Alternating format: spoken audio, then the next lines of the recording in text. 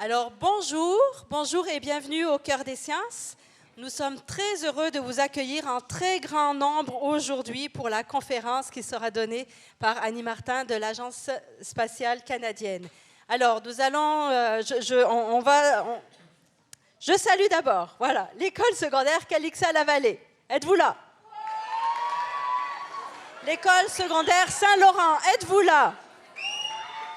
L'école secondaire Évangeline. L'école secondaire Jeanne-Mance. Ma parole, ce n'est pas les plus nombreux, mais c'est les plus brillants. Et l'école secondaire Antoine de Saint-Exupéry. Alors, au sonomètre, je pense qu'on est 900 dans cet amphithéâtre. Nous avons aussi, en web diffusion, nous n'avons plus l'école de Gatineau, mais on va saluer aussi tous les élèves qui vont regarder l'enregistrement. Ils ont été très nombreux à s'inscrire pour cette conférence et au total, c'est presque 600 élèves qui vont suivre la conférence d'Annie Martin. Je vais vous expliquer rapidement comment ça va se passer. La conférence va durer 50 minutes. Pendant la conférence, vous allez être appelés à voter à main levée. Donc, c'est vraiment pas compliqué dans la salle. Quand Annie va vous proposer différents choix de réponses, vous levez la main. À la fin de la conférence, vous allez pouvoir aussi poser des questions. Alors, vous avez des micros de chaque côté de la salle. Je vous demanderai de vous lever et de poser vos questions à ces micros. Moi, j'ai assez parlé. Je vais vous laisser avec Annie Martin, donc de l'Agence spatiale canadienne, pour la conférence « L'espace, est-ce bon pour la santé ?» Bonne conférence.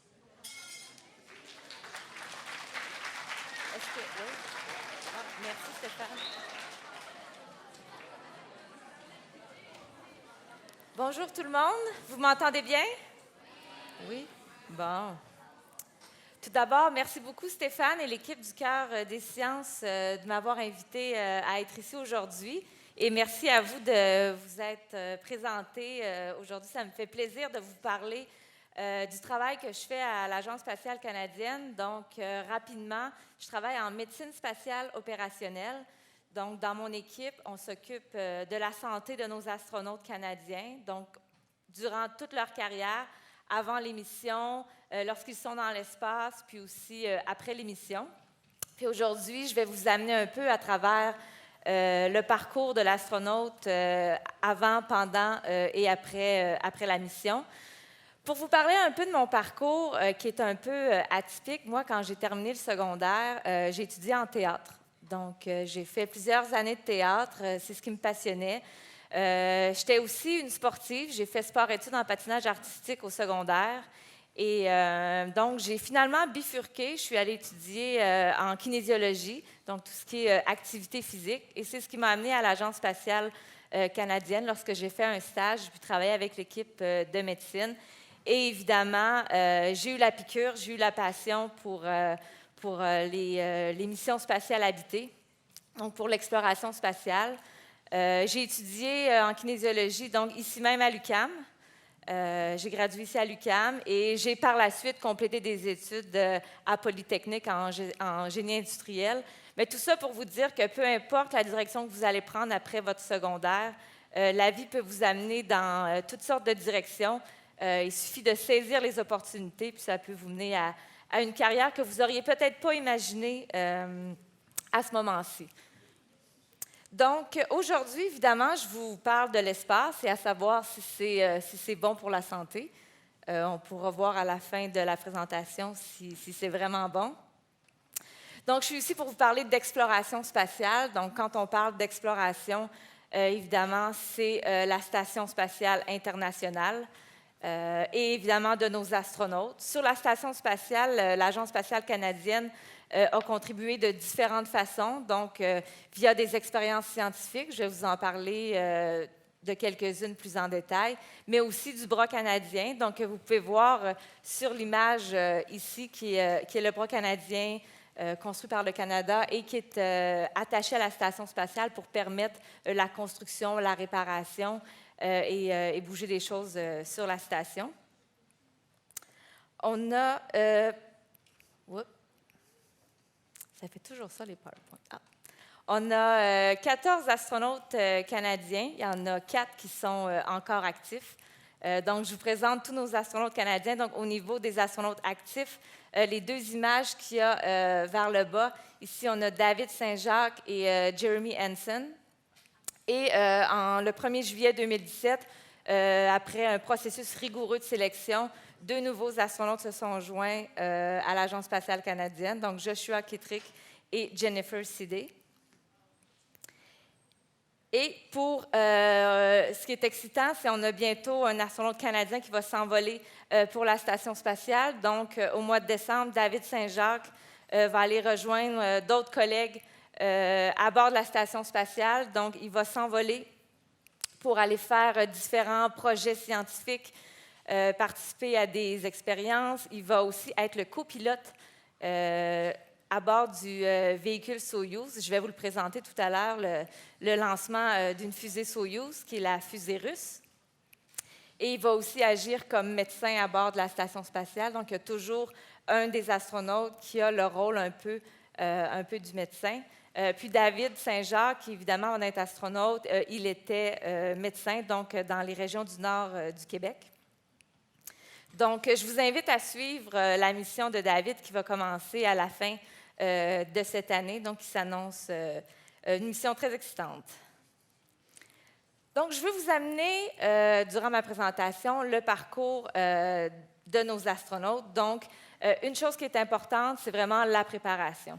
Donc, les astronautes ont plusieurs mois de formation avant d'être qualifiés pour aller dans l'espace. Donc, ils ont une formation sur l'histoire des vols spatiaux, sur les effets de la microgravité sur le corps humain, sur les systèmes qui sont à bord de la station. Ils ont des cours sur la robotique. Bref, tout ce qui entoure les missions spatiales.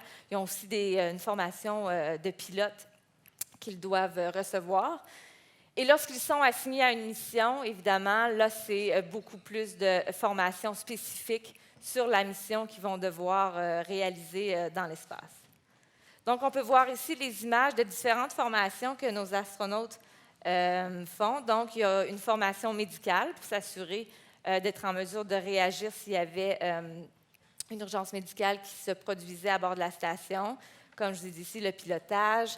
Formation de survie, si jamais la capsule, lorsqu'ils reviennent sur Terre, allait dans une zone différente de ce qui était prévu. Formation en robotique qui est faite à l'Agence spatiale canadienne. Donc, petite parenthèse, nous, on est situé à Saint-Hubert, donc sur la rive sud de Montréal. Mais nos astronautes leur carrière se fait toujours à Houston, donc avec les autres astronautes de la NASA. Et on peut voir ici l'image en bas à droite. Donc, ils s'entraînent dans une piscine. Donc, ils ont le costume pour les sorties extravéhiculaires. C'est comme ça qu'on appelle les sorties lorsqu'ils sortent dans l'espace. Et ils se pratiquent dans la piscine à bouger avec leur habit aussi, avec l'apesanteur. Donc, une chose qui est importante pour s'assurer que les astronautes demeurent en santé, parce qu'évidemment, on veut qu'ils soient le plus en santé possible durant la mission pour réaliser tous les objectifs de la mission, mais en même temps, on veut s'assurer que lorsqu'ils reviennent sur Terre, ils puissent être en santé. Donc, très important. Et je vais vous montrer un décollage. Est-ce que ça fonctionne? Oui. Donc, ça, c'est la fusée Soyouz, la fusée russe. Donc, c'est à bord de cette fusée-là que David Saint-Jacques va s'envoler au mois de décembre. Donc, c'est une capsule qui est située au sommet. Scott Tingle, Anton Shkaplerov, and Norishige Kinai on their way to the International Space Station. Je me tanne jamais de regarder ces vidéos-là, même si je les ai vues plusieurs fois. Donc, en moins de 10 minutes, les astronautes sont propulsés à une vitesse d'environ 25 000 km à l'heure. Puis, ils se retrouvent en apesanteur, donc ils flottent dans l'espace. Donc, pour se rendre à la station spatiale, ça peut prendre entre 6 heures et 2 jours. Et on peut voir sur l'image à votre gauche, donc c'est le véhicule Soyouz qui va aller s'attacher à la station spatiale. Et l'image que vous voyez en haut à droite, donc c'est on peut voir que c'est l'intérieur de la capsule Soyouz dans laquelle les astronautes voyagent jusqu'à la station spatiale. Donc, on peut voir qu'il y a évidemment beaucoup de matériel qui est apporté avec eux. Il n'y a vraiment pas beaucoup d'espace. Donc, ce n'est pas une petite balade en fusée. Donc, c'est très difficile pour le corps humain, puis pour tout ce qui est à l'intérieur. Et évidemment, la photo en bas à droite, on voit, c'est Bob Thirsk, un de nos astronautes canadiens, qui arrive à bord de la station spatiale. À quoi ça ressemble la vie à bord de la station? Je vous présente un petit vidéo. Donc, c'est un astronaute qui filme et qui se promène à travers la station spatiale. Donc, vous pouvez voir qu'il y a vraiment beaucoup d'équipements à bord de la station. Ils peuvent aussi mettre de l'équipement sur tous les côtés, parce que comme ils flottent au milieu, à bord de la station, il n'y a pas de haut ou de bas. Donc, ils peuvent travailler dans n'importe quelle direction. Évidemment, ils ont besoin d'avoir beaucoup d'endroits pour placer le matériel. Beaucoup de fils, donc il faut qu'ils fassent attention. Évidemment, tout ce qui est apporté à bord de la station ne doit pas avoir de bout pointu, ce qui peut être coupant, donc qui pourrait blesser les astronautes, parce qu'une fois que ça flotte dans l'espace, ça ne s'arrête plus. Donc, c'est pas comme si quelque chose tombait au sol et qu'on faisait simplement le ramasser. Donc, on peut voir certains astronautes qui travaillent. Donc, les astronautes flottent dans la station spatiale. La station spatiale est située à 400 km de la surface de la Terre. Puis, c'est un peu comme une chute libre. Donc, c'est comme si la station tombait toujours vers la Terre. Mais comme elle a aussi une vitesse, ça fait en sorte qu'elle est en orbite. Donc, elle tourne constamment autour de la Terre. Parfois, la distance diminue et ils doivent actionner les moteurs pour la replacer sur la bonne orbite. Là, vous voyez, ils sont rendus dans la portion russe.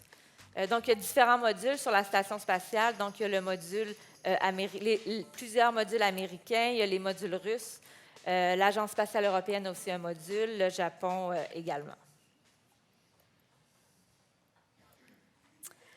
Donc, une fois qu'ils sont à bord de la station, donc, ils ont plusieurs activités. Principalement, ils vont faire l'entretien et la réparation de la station spatiale. Donc, la station, c'est comme un grand laboratoire en orbite. Donc, ça demande quand même beaucoup d'entretien. Et évidemment, les astronautes doivent tout faire eux-mêmes. Donc, d'où la formation que je vous parlais au début avant la mission. Il faut qu'ils sachent exactement comment réparer la toilette, comment réparer le système de ventilation. Évidemment, ils ont des procédures à suivre, puis c'est très bien expliqué, ils n'ont pas à le retenir par cœur, mais reste qu'ils ont beaucoup de ces types d'activités-là à faire. On peut voir sur la photo en haut à droite, il y a beaucoup d'expériences scientifiques qui sont faites à bord de la station pour comprendre un peu mieux les effets de la pesanteur, mais aussi ça nous permet de confirmer les effets de la gravité sur certains phénomènes physiques et biologiques. Les astronautes vont aussi faire des sorties extravéhiculaires. Donc, c'est comme la photo au centre, lorsque l'astronaute doit sortir de la station spatiale dans son habit pour s'assurer qu'il puisse avoir évidemment de l'oxygène, puisque dans l'espace, c'est un grand vide. Et une chose que les astronautes préfèrent faire, si on regarde la photo en bas à droite, c'est Chris Hadfield, notre astronaute canadien, qui regarde la Terre. Donc, ça donne une perspective de la Terre qui, selon les astronautes, a l'air d'une planète très fragile, donc d'où l'importance de prendre soin de notre planète. Lorsqu'ils vivent dans l'espace, évidemment, il n'y a pas beaucoup de place, comme on a vu dans la vidéo. Puis c'est aussi, ils sont 6 toujours à bord de la station. On peut voir ici, les astronautes se réunissaient pour manger, donc c'est une période où est-ce qu'ils peuvent être ensemble, sinon le reste de la journée, ils ont leurs tâches à accomplir. Évidemment, on ne peut pas faire la cuisine comme on fait sur Terre, donc c'est tout dans des petits sachets, comme on peut voir sur l'image à droite. Beaucoup de nourriture déshydratée qu'ils doivent réhydrater par la suite. Dormir dans l'espace aussi, c'est différent. À chaque 45 minutes, c'est le jour et la nuit.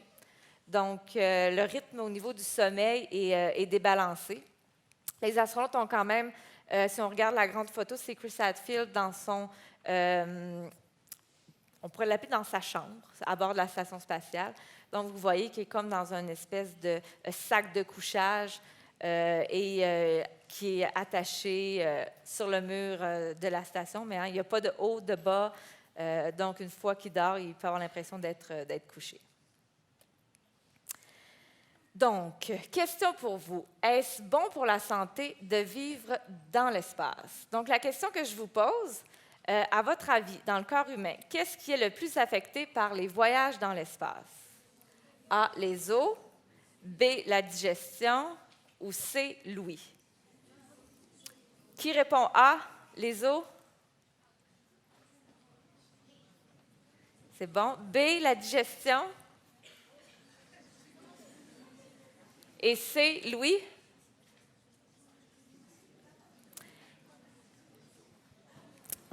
Donc, l'audition a peut-être légèrement affecté, mais pas beaucoup, pas pour tout le monde. Il y a évidemment beaucoup de bruit à bord de la station avec tous les systèmes, mais ce n'est pas un système qui est affecté de façon importante. Donc, ce n'était pas l'ouïe la réponse.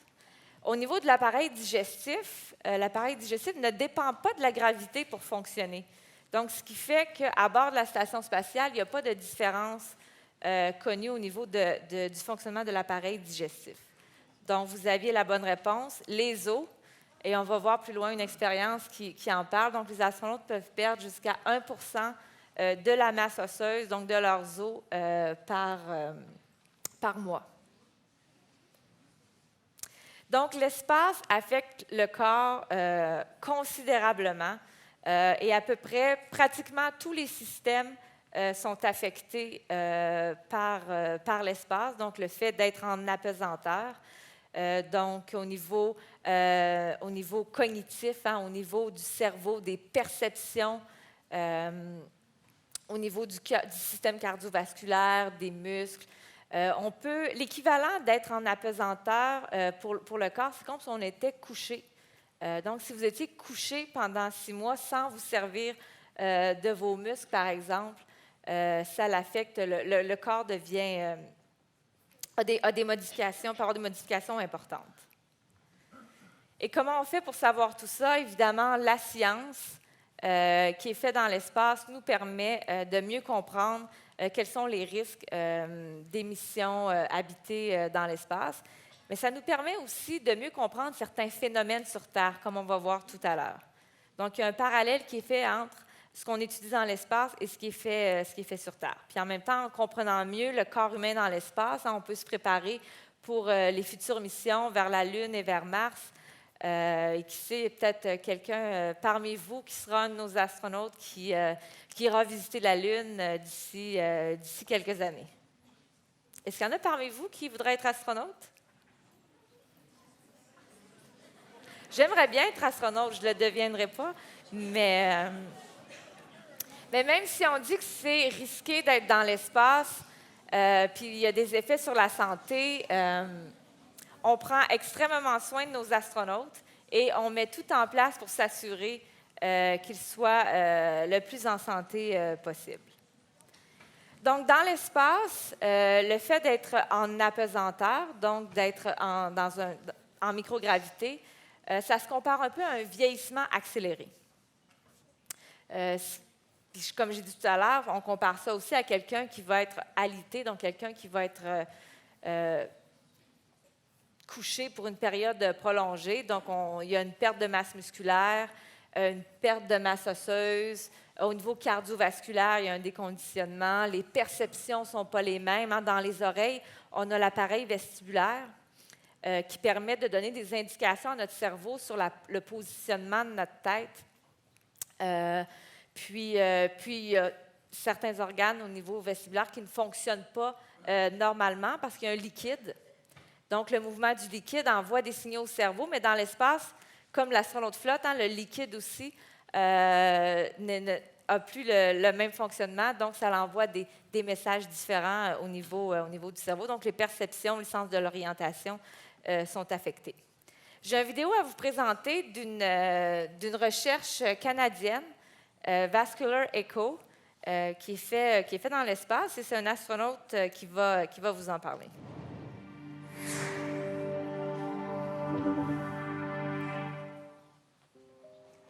Bonjour, je m'appelle Tim Peake. Bienvenue à bord de la Station spatiale internationale. Sur Terre, on ne réalise pas à quel point la gravité agit sur notre état de santé. Ici, puisqu'on flotte dans l'espace, il faut faire de l'exercice tous les jours pour lutter contre la détérioration de notre système cardiovasculaire. Dans l'espace, les changements subis par notre cœur et nos vaisseaux sanguins sont frappants. Saviez-vous que durant une mission de 6 mois dans l'espace, le système cardiovasculaire peut vieillir de 10 à 20 ans? Cette découverte surprenante est celle de Richard Hewson, un chercheur canadien de l'Université de Waterloo.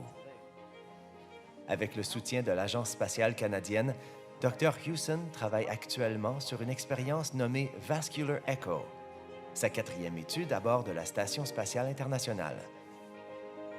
Vascular Echo examine les changements qui surviennent dans les vaisseaux sanguins et le cœur des astronautes dans l'espace et suit leur rétablissement à leur retour sur Terre.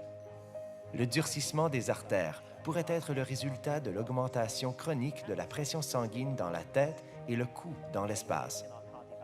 Les changements du système cardiovasculaire pourraient témoigner d'autres facteurs de risque, dont la réduction de l'activité physique pendant que l'on flotte dans l'espace. Cela peut entraîner la résistance à l'insuline, une cause du diabète de type 2 sur Terre. 9 astronautes participent à Vascular Echo en se soumettant à des prises de sang et à des échographies de leurs artères avant, pendant et après leur mission spatiale. Les découvertes pourraient aider à maintenir la santé des astronautes dans l'espace et profiter aux gens sur Terre, surtout les personnes sédentaires, les aînés et les patients alités.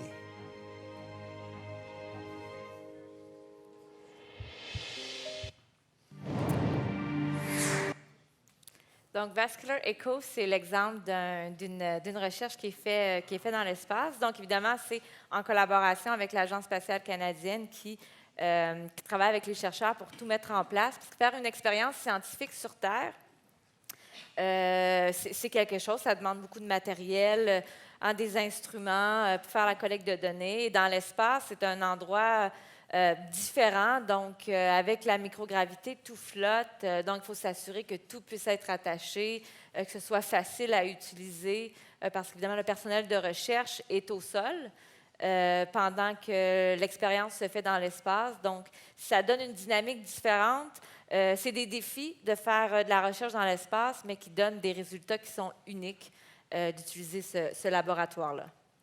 Un autre projet que je vais vous présenter, c'est l'étude T-Bone, donc qui mesure les effets de la microgravité sur la masse osseuse. On en a parlé durant la question, c'est un des risques qui est important. Donc, en moyenne, sur Terre, on perd environ 1 de masse osseuse par année. Donc, c'est une moyenne générale. Mais dans l'espace, c'est un vieillissement accéléré. Donc, les astronautes peuvent perdre environ 1 par mois. Donc, qu'est-ce qui fait? Il y a différentes causes, évidemment, qui créent cette perte de masse osseuse et de densité osseuse. Donc, on peut voir sur l'image qui est à droite, en haut, un os normal et en bas, un os qui a perdu sa densité. Donc, on appelle ça aussi l'ostéoporose sur Terre. Donc, lorsque vous bougez, vous marchez, on mène notre vie au quotidien, il y a un cycle au niveau de nos os qui fait en sorte qu'avec nos cellules qui se défont et se refont constamment, si je pouvais simplifier la chose. Donc, nos os peuvent ainsi demeurer en santé par les petits chocs qu'on donne constamment sur les os, simplement en marchant. Donc, lorsqu'ils sont dans l'espace, les astronautes, c'est comme s'ils étaient couchés. Donc, vous voyez que ces chocs-là continus qui permettent de reconstruire la masse osseuse dans son cycle, ça ne se fait pas.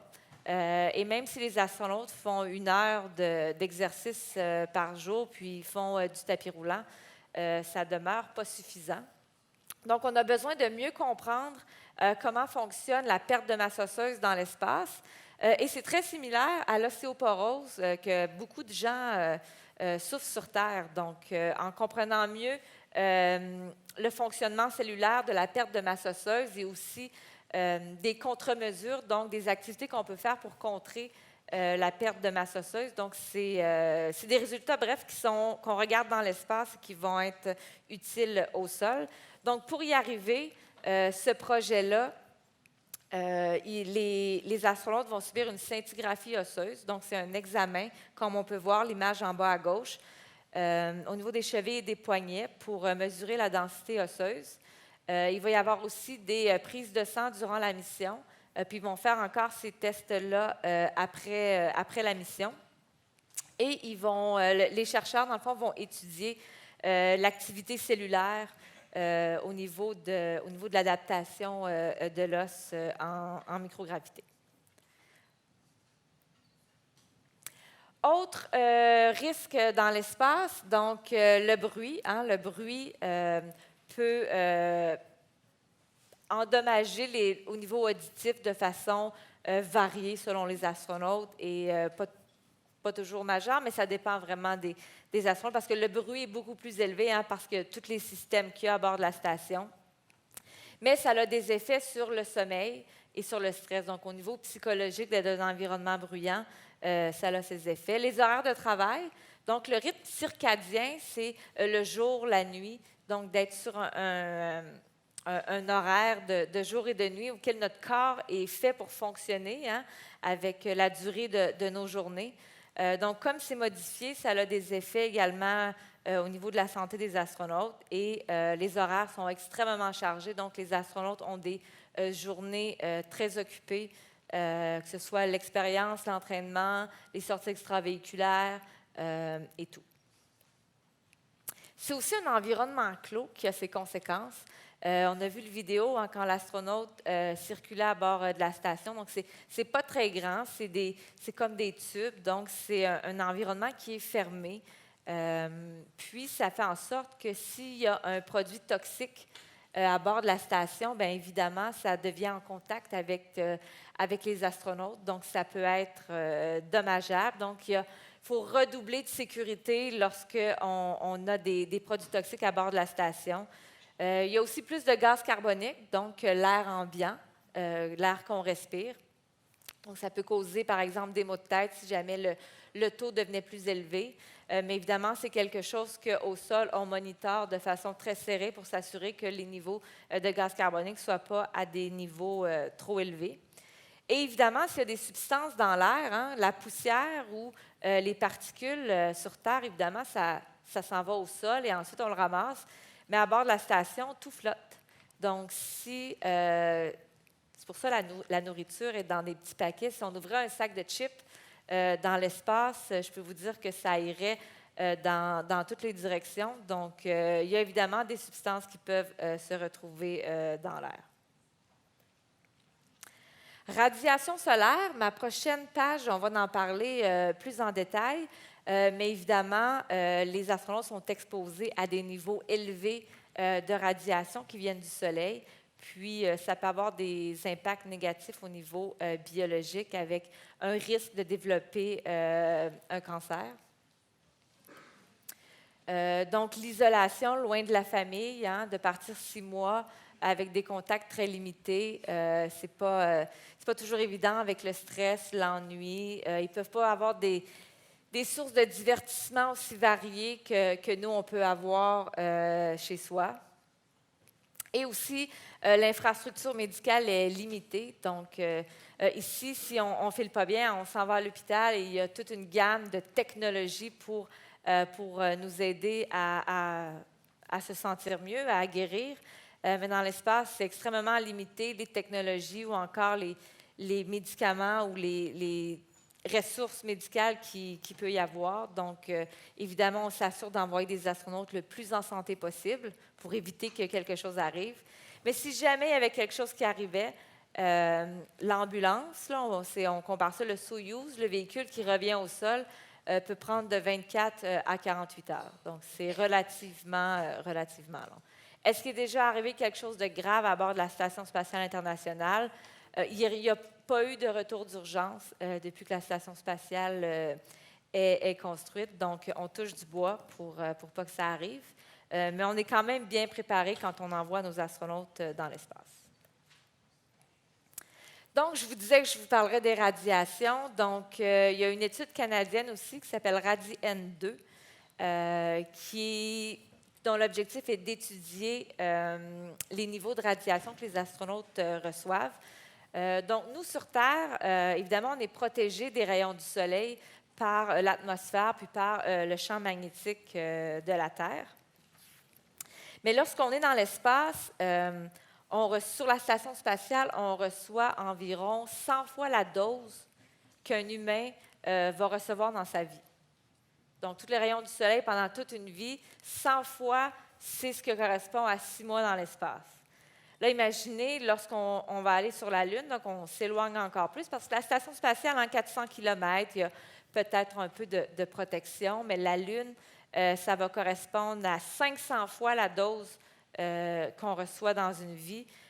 Puis, un aller-retour vers Mars, c'est 1000 fois la dose. Donc, c'est important de bien comprendre les doses de radiation, mais aussi les effets que ça peut avoir sur la santé, parce qu'évidemment, des rayons peuvent être néfastes et causer des modifications au niveau de notre ADN, ce qui peut créer des problèmes plus dommageables. Donc, au niveau de l'étude de RadiN2, donc, il y a des decimètres à bulles, donc c'est l'image que vous voyez en haut, donc, qui sont un contenant. Et lorsqu'il y a des particules neutroniques qui traversent, ça crée une petite bulle. Donc, ensuite, les astronautes placent le decimètre dans un lecteur automatisé pour faire un calcul des doses de radiation. Donc, les decimètres à bulles sont distribués un peu partout dans la station pour essayer d'évaluer s'il y a des endroits qui sont plus propices à recevoir les radiations. Parce qu'évidemment, lorsqu'il y a des événements, on appelle des tempêtes solaires, où les niveaux de radiation, on est capable de dire qu'ils vont être plus élevés, les astronautes peuvent s'en aller dans une partie de la station spatiale qui va aider à les protéger de ces radiations-là, principalement au niveau des neutrons à haute énergie là, qui sont encore plus dommageables pour la santé. Donc, l'objectif de cette étude-là, c'est de créer une carte des radiations à bord de la station spatiale pour vraiment comprendre les doses et aussi pour voir quelle est la dose qui est absorbée par un astronaute lors d'un vol spatial. Donc, évidemment, les doses augmentent plus on s'éloigne de la Terre. Donc, sur Mars, les radiations vont devenir un enjeu important pour la santé des astronautes parce que s'ils ont 1000 fois la dose que nous avons sur Terre, ça peut devenir dommageable. Évidemment, il y a toutes sortes d'autres projets scientifiques à bord de la station qui vont étudier soit au niveau des plantes, au niveau de la perception, au niveau de la psychologie. On veut savoir, les astronautes, comment ils sont au niveau de la santé mentale dans l'espace. Donc, il y a vraiment plusieurs expériences. Puis, je vous invite à visiter le site web de l'Agence spatiale canadienne. Il y a plusieurs vidéos, comme celle que je vous ai montrée, qui parlent des projets scientifiques canadiens qui ont lieu dans l'espace. Donc, comment on peut limiter les risques? Parce que là, je vous ai présenté plein de risques.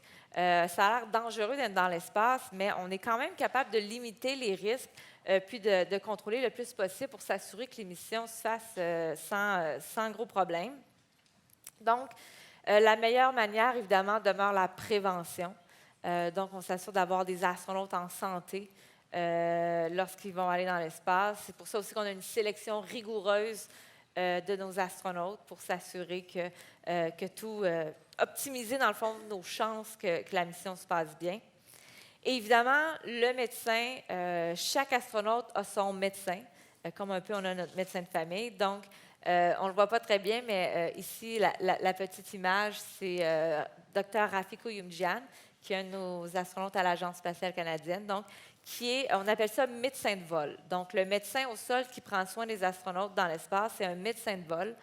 Et lui va avoir un entretien, une conversation avec l'astronaute à chaque mois pour s'assurer que tout va bien. Donc, si jamais l'astronaute ne se sent pas bien ou qu'il y a quoi que ce soit qui se passe, donc le médecin est là pour lui donner des conseils, puis lui prescrire des traitements s'il y a besoin.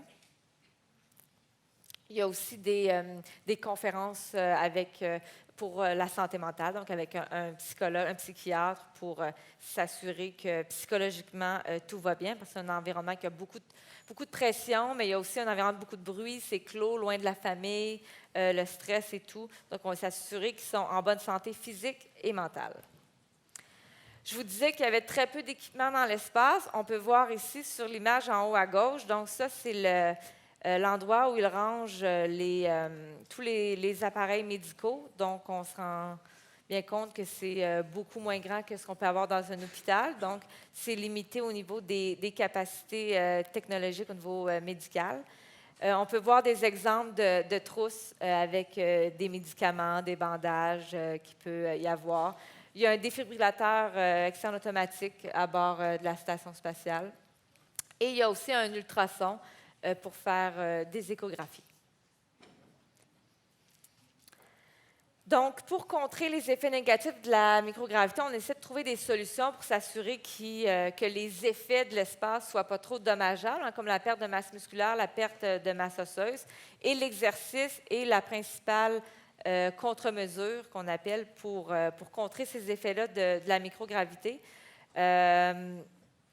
Donc, on peut voir sur les images en bas que je fais défiler, il y a un vélo à bord de la station. On ne le voit peut-être pas très bien, mais les astronautes, évidemment, doivent être attachés au vélo afin de pouvoir pédaler sans s'en aller dans toutes les directions. Il y a aussi un tapis roulant.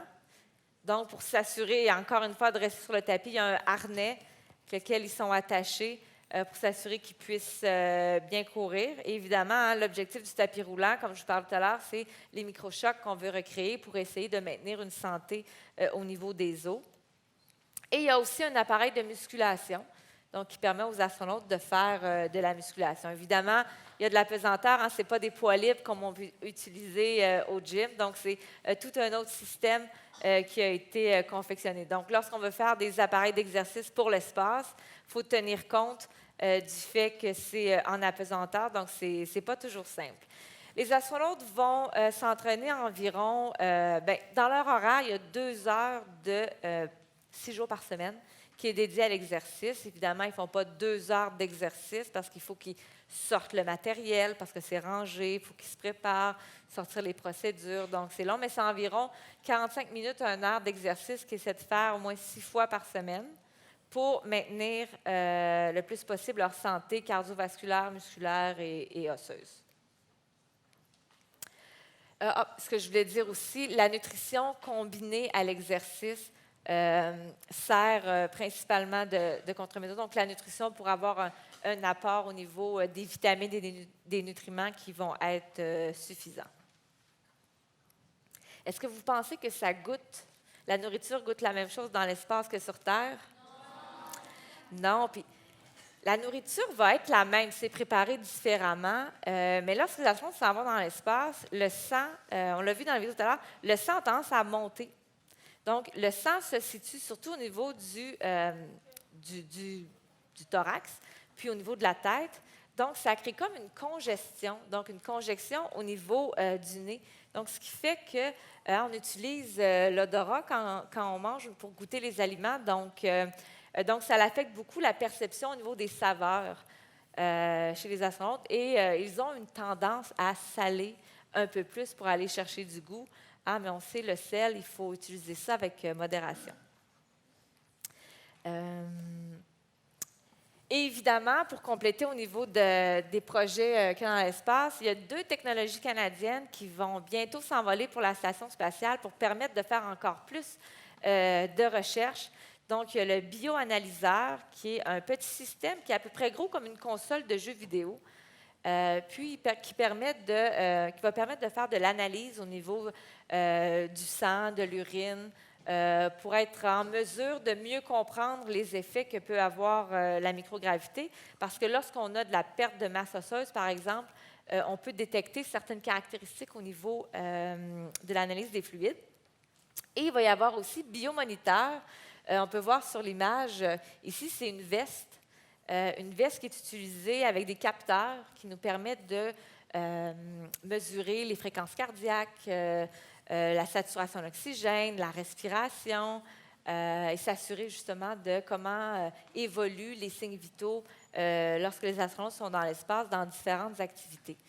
Il y a d'ailleurs beaucoup d'athlètes qui utilisent une version commerciale sur Terre pour s'entraîner avec cette baisse-là, donc qui est très utile.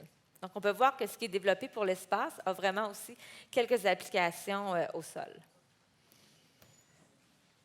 Évidemment, là, je vous ai amené à travers le séjour des astronautes dans l'espace en présentant quelques expériences.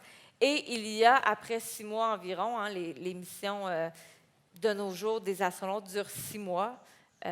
Quelques astronautes ont fait 1 an, mais de façon générale, c'est 6 mois. Ils reviennent sur Terre, donc à bord du Soyouz. On peut voir sur l'image en haut à droite hein, qu'il peut y avoir, c'est assez brutal. Ça correspond à un petit accident de voiture, donc quand ils arrivent au sol. Donc, c'est 4 à 5 fois la gravité, 4 à 5 G d'impact. Donc, ce n'est pas simple, ce n'est pas agréable. Mais ils sont toujours bien contents de revenir sur Terre et retrouver leur famille.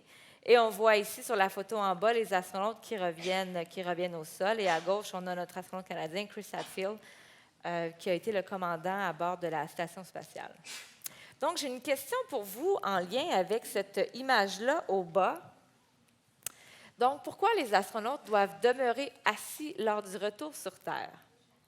Donc, A, s'ils sont fatigués après la mission. B, parce que la gravité, puis c'est écrasant, on veut s'asseoir. Ou C, pour permettre la réadaptation du système cardiovasculaire. Donc, qui pense que c'est A? Parce qu'ils sont fatigués. Qui pense que c'est B? Retour à une gravité écrasante. Et qui pense que c'est C, la réadaptation du système cardiovasculaire?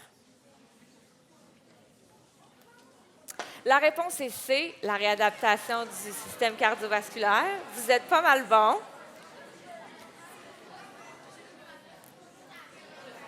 Donc, pour vous expliquer un peu, hein, le fait d'être en apesanteur, hein, le sang remonte un peu, la distribution se fait différemment. Donc, vu on flotte, hein, nos muscles travaillent moins, on a moins besoin de sang puisque notre corps n'a plus à combattre la gravité. Donc, il y a une diminution au niveau du volume sanguin. Puis, lorsque les astronautes reviennent sur Terre, hein, ils ont le volume sanguin moins grand et la gravité fait que tout le sang est tiré vers le bas. Donc, avec la gravité, les astronautes peuvent perdre connaissance. Donc, s'ils restent debout trop longtemps, il y a un risque de perte de connaissance. Donc, on appelle ça, le mot, c'est l'intolérance orthostatique, donc le fait de rester debout. Donc, les astronautes demeurent assis ou couchés pour faciliter le retour du sang au cerveau, puis donner le temps à l'organisme de se réhabituer à la gravité et de réajuster le volume sanguin, le retour du sang au cœur pour s'assurer que le cerveau et les organes principaux aient suffisamment de sang. Et je termine les dernières minutes en vous parlant du futur de l'exploration spatiale. Donc, évidemment, dans mon travail, c'est de préparer les futures missions vers la Lune et vers Mars.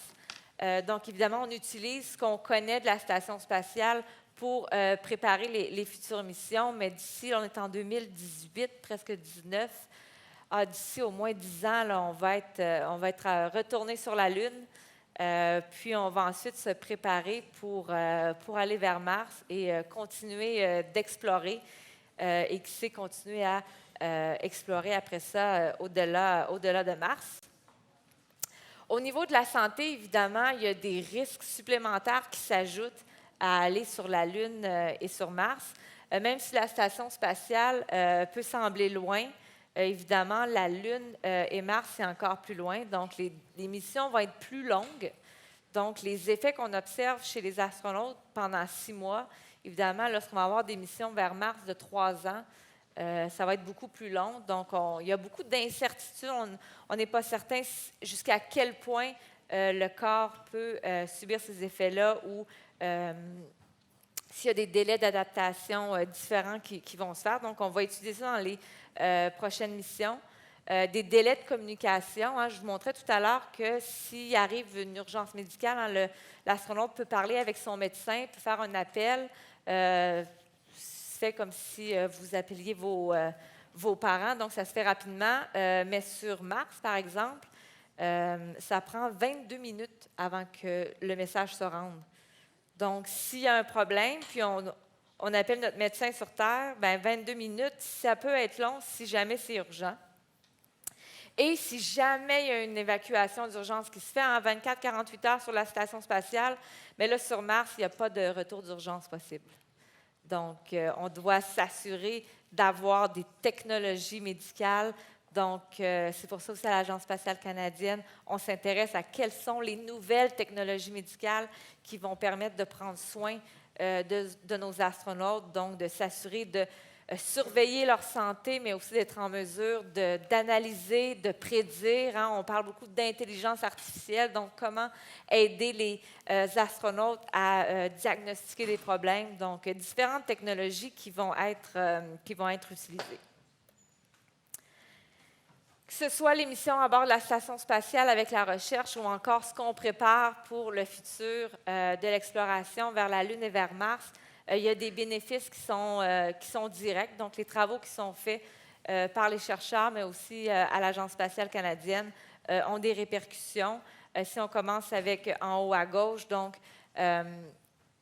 tout ce qui est, les deux images en haut, dans le fond, tout ce qui est les régions éloignées. Donc, les régions éloignées dans le nord du Québec, par exemple, c'est un peu comme s'ils étaient dans l'espace parce qu'ils n'ont pas nécessairement accès à des médecins spécialistes. Ou encore à des médecins. Donc, les procédures qu'ils utilisent, qu'on appelle la télémédecine, donc la médecine à distance, c'est un peu le même principe que les astronautes dans l'espace qui utilisent la télémédecine pour parler avec leurs médecins sur Terre. Donc, les protocoles, les procédures qui sont développées pour l'espace, évidemment, peuvent s'appliquer sur Terre. Tout le concept médical aussi au niveau des endroits clos, hein, comme les sous-marins. Donc, l'armée canadienne et les sous-marins, les déploiements militaires ont des ressemblances avec les missions de nos astronautes. Et au niveau de la santé, hein, être dans l'espace, c'est un vieillissement accéléré. Évidemment, l'image en bas à droite fait référence à la compréhension qu'on a sur le vieillissement du corps et comment aider à contrer certains problèmes qui surviennent avec le vieillissement. Donc, on peut étudier dans l'espace. Donc, dernière question pour vous. La recherche sur la santé dans l'espace permet d'avancer la recherche sur Terre pour... Je vous ai comme tout donné les réponses avant. Hein? Le processus de vieillissement de nos artères. B, l'ostéoporose. C, la télémédecine. Qui répond A? Qui répond B? Qui répond C? Et qui répond toutes ces réponses? C'est pas juste, hein, une question que c'est toutes ces réponses. Donc évidemment, hein, je l'ai répété plusieurs fois, il y a un vieillissement accéléré dans l'espace. Il y a une perte de masse osseuse qui se fait de façon accélérée. Et l'utilisation de la télémédecine dans l'espace nous aide à améliorer la télémédecine qui se fait sur Terre pour les régions éloignées. Donc, pour terminer, hein, je vous rappelle, on a un Canadien qui va être dans l'espace à la fin de cette année, donc David Saint-Jacques. Je vous invite à suivre sa mission sur les réseaux sociaux, donc sur la page de l'Agence spatiale canadienne, la page Facebook. Twitter aussi va être utilisé, donc pour suivre, il va faire plusieurs expériences, il va communiquer avec certaines écoles au sol, donc plusieurs activités qui vont être planifiées, donc je vous invite à suivre la mission de David. Et je vous remercie beaucoup pour votre attention, ça a été très agréable.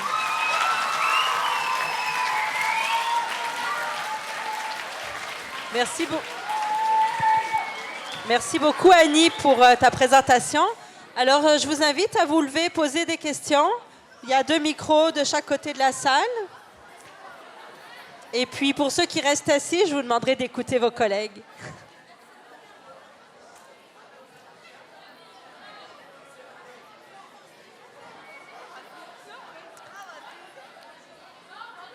Alors, la conférence n'est pas terminée. Si vous ne vous levez pas pour les questions, je vais vous demander de rester calme.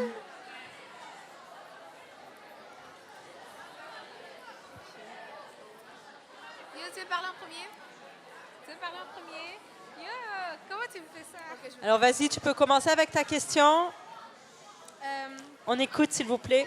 Utilisez-vous des lampes spéciales pour dormir? Si oui, éprouvez-vous des difficultés lors du changement d'ampoule? Et qu'est-ce qu'on peut modifier pour rendre ça plus simple?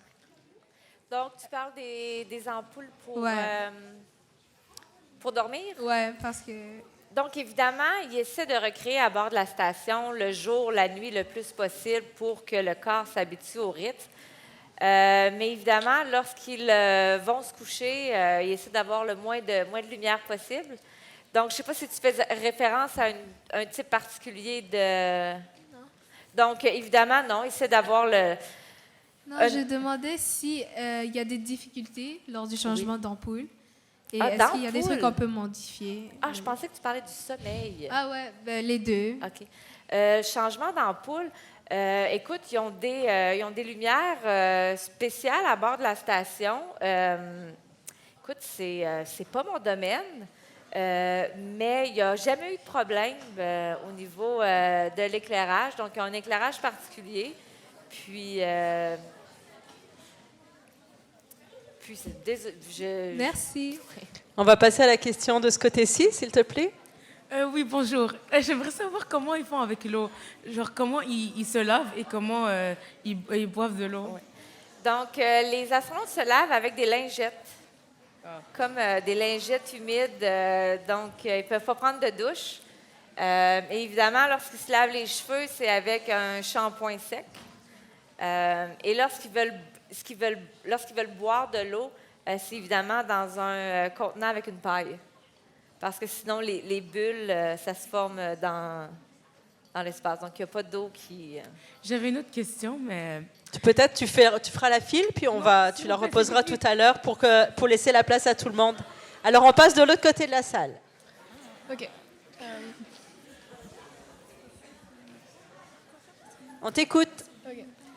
Tout à l'heure, vous avez parlé de la formation que les astronautes font tous. Et vous avez dit qu'ils doivent faire des mouvements dans des piscines, c'est ça? Oui. OK. Est-ce que faire un mouvement dans l'espace est équivalent à faire un mouvement dans une piscine? Ça ressemble. Ça ressemble à cause de quand on flotte dans l'eau. Donc, ce qu'ils font, c'est qu'il y a une grande piscine à Houston où les astronautes s'entraînent. Ils ont comme recréé la station spatiale, les tiges principales. Donc, les astronautes apprennent à se déplacer à bord de la station. Donc, parce qu'évidemment, il faut toujours qu'il y ait un point d'ancrage, parce que s'ils lâchent leurs mains, ils sont dans l'espace en sortie extravéhiculaire, évidemment, ils peuvent partir à la dérive. Donc, c'est ce qui ressemble le plus à la sortie dans l'espace. OK. Merci. Vas-y. Est-il possible qu'il y ait une panne d'électricité lors du voyage? Si oui, comment faire pour résoudre ce problème? Écoute, c'est jamais arrivé qu'il y ait une panne d'électricité, mais ça pourrait arriver. Parce qu'évidemment, c'est des systèmes complexes pour qu'il y ait de l'électricité qui soit générée. Puis pour s'assurer qu'il n'y ait pas de problème, on dit qu'il y a de la redondance, donc c'est-à-dire qu'il y a plusieurs systèmes qui sont prêts à prendre le dessus si jamais il y avait une panne. C'est un peu comme dans les hôpitaux. S'il y a une panne d'électricité dans les hôpitaux, il y a ce qu'on appelle des génératrices qui démarrent pour s'assurer qu'il y ait toujours de l'électricité. Donc, c'est un peu le même principe à bord de la station. On va passer Qui est la personne la plus jeune à être partie dans l'espace et quel âge avait-elle? C'est une bonne question. Est-ce que tu voudrais aller dans l'espace? Peut-être. Évidemment, c'est tous des astronautes qui ont été formés donc, à l'âge adulte, mais pour vrai, ça mériterait d'être googlé, de le chercher, faire une recherche sur Internet, parce que je n'ai pas l'information, je suis désolée. OK, merci. Mais il n'y a jamais eu d'enfants à bord de la station spatiale. Vas-y, tu peux y aller. Quand les astronautes reviennent sur la Terre et ils passent par l'atmosphère, est-ce que il sent quelque chose ou bien ça va? Oui, ça bouge beaucoup. Puis la capsule du Soyouz revient dans un angle très précis. Donc, les astronautes sont assis pour s'assurer que la pression, quand ils descendent, vient dans l'angle au cœur pour s'assurer que le sang soit au cœur. Donc, ils reviennent dans une direction bien précise. Puis, il y a des mécanismes qui protègent le véhicule au niveau de la rentrée dans l'atmosphère. Puis, j'ai vu une vidéo d'un retour où l'astronaute filmait, puis on voit, il y a du feu quand même, ça brasse, ça revient, il fait très chaud. Ça ne dure pas si longtemps que ça, mais oui. Et ça peut être dangereux, c'est déjà arrivé. Il y a un retour qu'on dit balistique. Donc, un retour qui va revenir dans un angle qui n'était pas prévu, qui peut être très dangereux, dont certains ont mené à des catastrophes, malheureusement, mais oui. Tu peux aller à ta question. Il fait quelle température dans une navette spatiale? C'est la température ambiante. OK. Oui. Il fait plus chaud lorsqu'il rentre dans l'atmosphère, mais sinon, il essaie de mettre le plus possible les conditions ambiantes. Comment est-ce que le satellite interagit avec la mission? Peux-tu répéter?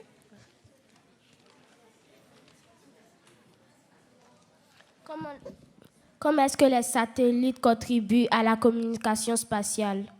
Donc, les satellites peuvent servir, ils vont surtout être très utiles lorsqu'on va aller sur la Lune et sur Mars, par exemple, parce que les satellites de télécommunication vont permettre de faire le relais entre les gens qui vont être sur la Lune, puis les gens qui sont au sol. Donc, souvent, ça sert de relais.